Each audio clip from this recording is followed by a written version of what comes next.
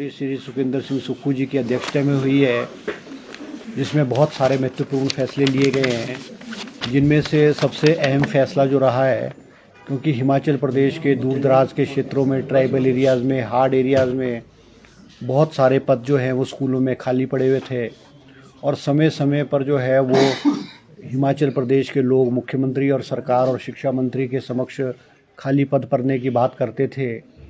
आपको याद होगा कुछ समय पहले पिछली कैबिनेट में 1 महीना पहले 530 पद जो हैं वो लेक्चरर्स के भी भरने की कैबिनेट ने स्वीकृति प्रदान की है और आज मंत्रिमंडल ने जो है वो 5291 टीचर्स की जो है वो भरने की स्वीकृति प्रदान की है, जिसमें से टीजीटी आर्ट्स के 1070 हैं, टीजीटी नॉन मेडिकल के 776 पोस्ट हैं और टीजीटी मेडिकल के 430 पोस्टें हैं, शास्त्री की 494 हैं और जेपीटी के 2521 पोस्टें जो हैं वो भरने की स्वीकृति प्रदान की है और जो डीएम और पीटी की भी जाएगी।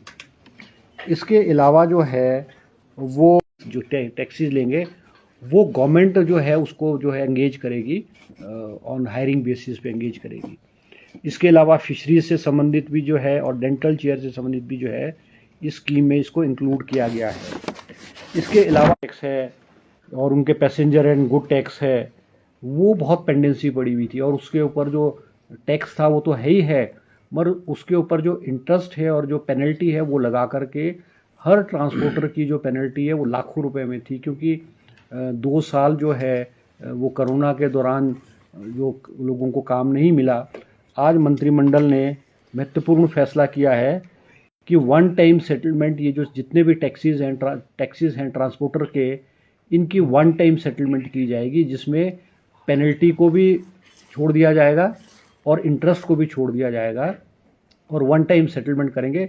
और इसके अलावा जिन गाड़ियों ने रजिस्ट्रेशन नहीं की है, जैसे कोई डिस्प्यूट पड़ा हुआ है और रजिस्ट्रेशन गाड़ियों की नहीं हुई है, तो वो गाड़ियों ओनर भी जो है वो 1 महीने के अंदर अंदर अपना टैक्स जमा करा करके और उनकी रजिस्ट्रेशन भी हो जाएगी। और ये जो एसआईटी है, जो ये एसआरटी है, स्पेशल रोड टैक्स और पैसेंजर एंड गुड टैक्स जो है वो 1 महीने के अंदर जमा करा करेंगे, तो ये सारे का सारा जो है उनको उसको सेटल जो है कर दिया जाएगा।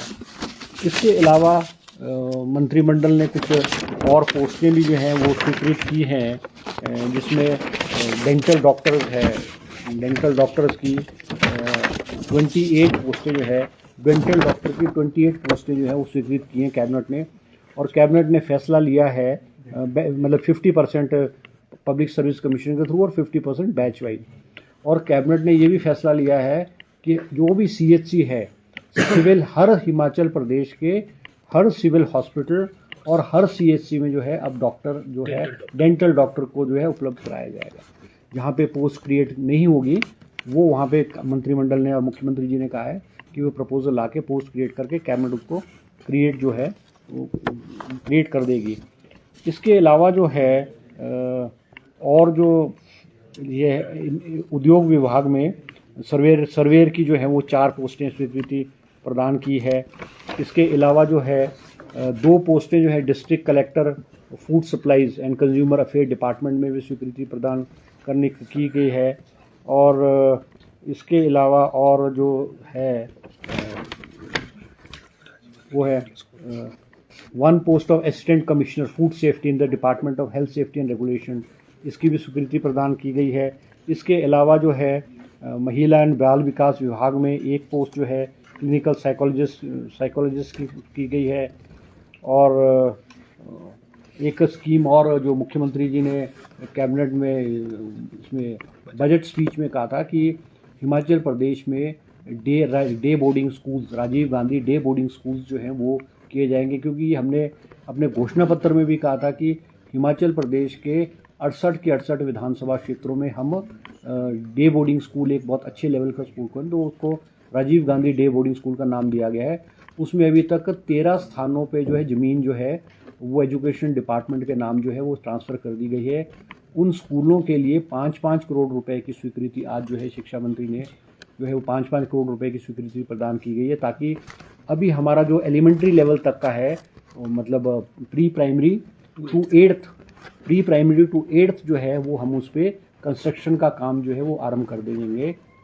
और कुछ जगह पे FCA की क्लियरेंस की दिक्कत है और वो है, उसको करने के आदेश दिए गए। इसके अलावा जो है वो जो हाट कोटी को स्पेशल एरिया घोषित किया गया है, और इसके अलावा जो मैदपुर को भी प्लानिंग एरिया, क्योंकि ये जो है अभी एक मतलब कस्बे से शहर का रूप ले रहे हैं, ताकि इनकी जो डेवलपमेंट है वो एक प्लान्ड वे में हो। आज मंत्रिमंडल ने भी कहा है कि इनको प्लानिंग एरिया के किया जाएगा।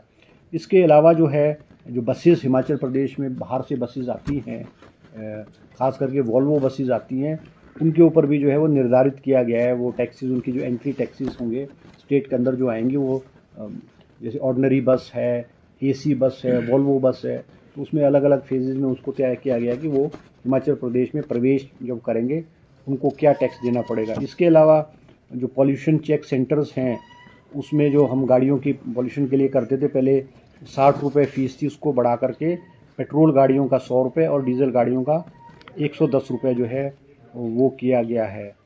और इसके अलावा जो है पावर, ये Himachal Pradesh power transmission corporation की जो ऑथराइज शेयर कैपिटल था वो 500 करोड़ रुपए था, उसको बढ़ा करके जो है उसको 700 रुपये जो है 700 करोड़ रुपए जो है किया गया है। बाकी और भी छोटी छोटी चीज़ें हैं। बाकी कैबिनेट जिसके जो इम्पोर्टेंट इश्यूज़ तो जो हैं वो इम्पोर्टेंट इश्यूज़ यही थे। कुछ बिल्डिंग्स की रेगुलराइजेशन थी, जो गवर्नमेंट बिल्डिंग्स थी, जिसमें ये मिलिट्री हॉस्पिटल भी है और बिल्डिंग्स है वो भी है। इसके अलावा जो है और